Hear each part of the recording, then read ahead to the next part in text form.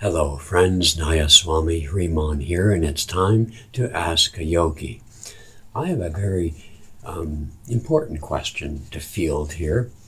This one goes like this. The writer writes, I tend to draw friends whom I don't feel comfortable developing a close relationship with. I'm deeply into a spiritual path, and it seems that I don't have much to share with these friends, nor do I enjoy the same activities. I also need a lot of space as I'm constantly searching inwardly. However, I believe these friends are in my life for a reason, and they are indeed basically good people. Should I be honest with them by telling them about my spiritual path and why I need some space? This is a dilemma that many devotees face. And there's the karma of having friends from the past or current friends who don't share your spiritual ideals. And the question of what should I do with those friendships? That's a very common, it can be in the family too, but that's a very common dilemma to face. But it's a temptation. The temptation is the fact that there can still remain in the subconscious mind an attraction for the, let's just say, the worldly attitudes or the lack of spiritual goals that those friends symbolize for you. And so by hanging on to them, by saying, oh, I must be a loyal friend to them, and they're good people. And even as you sense also a conflict between your spiritual goals and the time, let's say, you spend with them and so forth, that's a temptation for many people. They think they have to be loyal to their friends. Well, the greatest gift you can give your friends is the example of your own spiritual efforts. Now, that doesn't mean that you proselytize, but it can mean that you will, and will mean eventually, that you will withdraw increasingly from contact with them, from doing things together, because you simply don't share the same goals in life. You don't need to bring that up necessarily,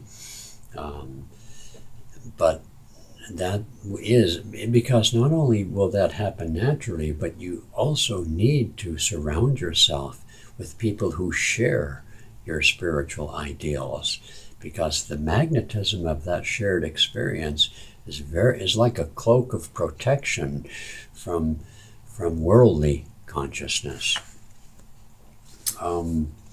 We see this in the great epic, the Mahabharata, when the warrior Arjuna, at the beginning of the scripture that's contained within the Mahabharata, surveys his enemies that he's supposed to fight and slumps down in his chariot saying, why should I fight my kith and kin?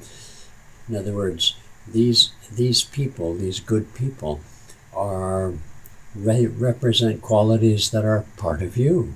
And so why should I fight such qualities? And Krishna, the guru, says nobody is killed.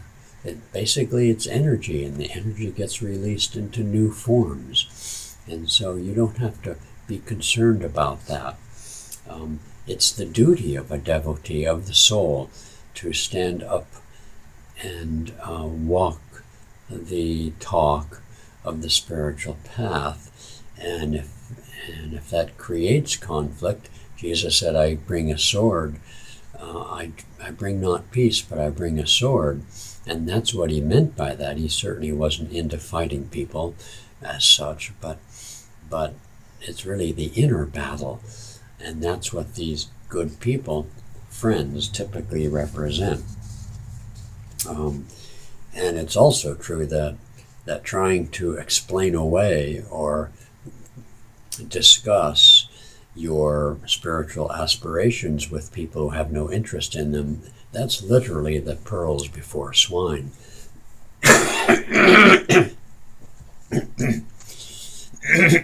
That'll just make them feel inferior, and create conflict. So there's not a lot of point unless someone asks sincerely why you're not spending as much time with them.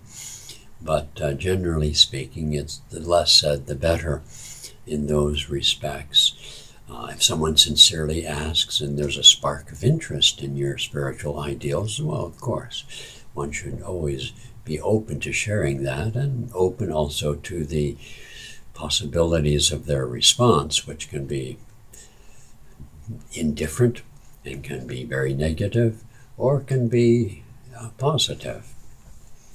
Okay. But it is better and generally necessary over time to part company, because there's no way you can really have your cake and eat it too. The cake of your worldly involvement with worldly people, and while walking the spiritual path. It just doesn't really work that way. We have many friends from the past, and not all are helpful to us now that we are on the spiritual path. So be a friend. If there's ever a need, that you can be there to help in some way. And loyalty and friendship can still exist even if it isn't in an active form. So praying for your friends is a wonderful thing to do as well. But there comes a point when you just have to recognize a diversion in your path from the path of other people.